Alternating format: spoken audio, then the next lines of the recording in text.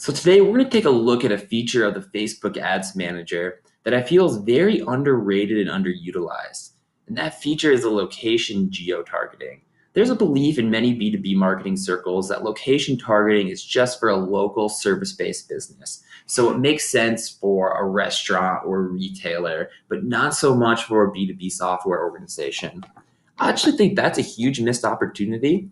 And I'm going to illustrate why through the context of an event. So let's say that we want to target Marketo customers while they're at their annual Marketo Users Conference in San Francisco. So here's how we go about doing that. We're going to paste in the address to the Moscone Center, and then we're going to take the radius down to the smallest possible option that Facebook will give us, which is 1 mile. And I can hear what many of you are thinking right now. 1 mile in downtown San Francisco, that's a huge area, 380,000 people.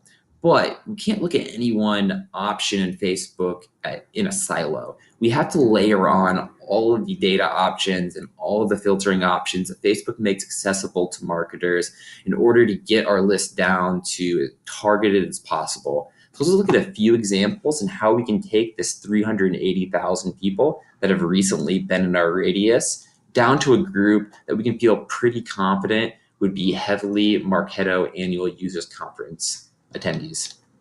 Let's go to the detailed targeting, type in marketing, and see what comes up.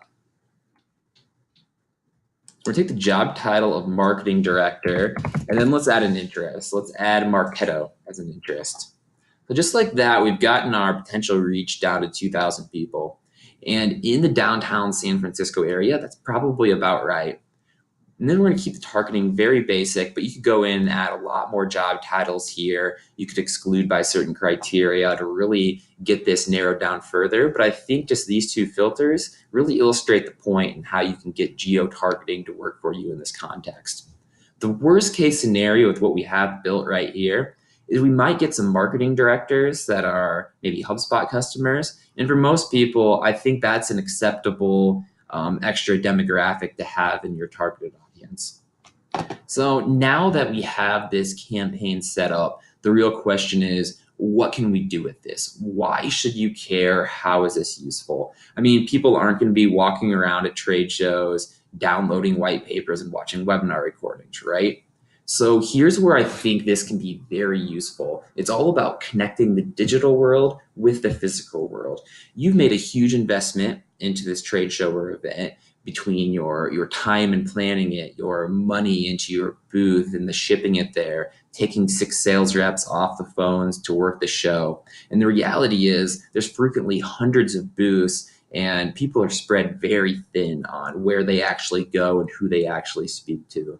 The cool opportunity is being able to, within this group, put your message and what makes your booth or product unique, what hook should get them to go to your booth and not the competitors, whether that's something about your product, whether that's a prize, or whether that's a competition or anything at all. You get that right in front of the person. So whether they're in their hotel room after the day's conference, or whether they're just walking around the show floor staring down at their phone, as so many of us are, I think it's a huge opportunity to get that message directly in front of that person at the exact right time in the exact right place. So I think that's one area that B2B marketers can really make sure that they're maximizing their investments into an event with some very targeted geo-targeting within a Facebook campaign. And this can all be set up in just a couple minutes.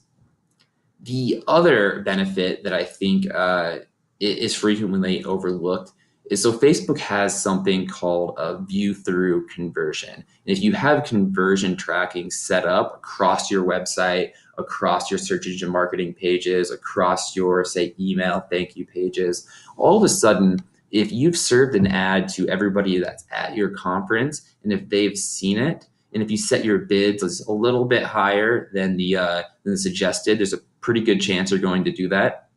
Now, if they go and say, fill out a search engine marketing form or register for a webinar, or just go to your website and request a demo, or maybe even just sign up for your newsletter, all of a sudden you're going to be able to tie a view through conversion to that.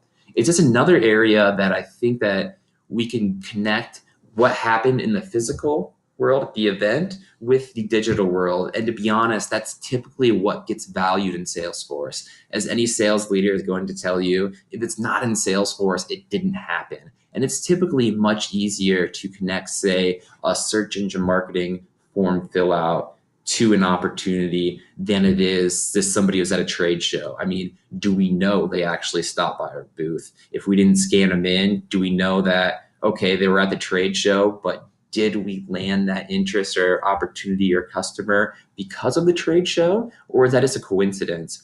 I think that when we have the ability to take a view through conversion and then tie it to that digital interaction, say 2 months down the road, it's just one more level of data that can give you as an event marketer to be able to show the impact that your programs are having.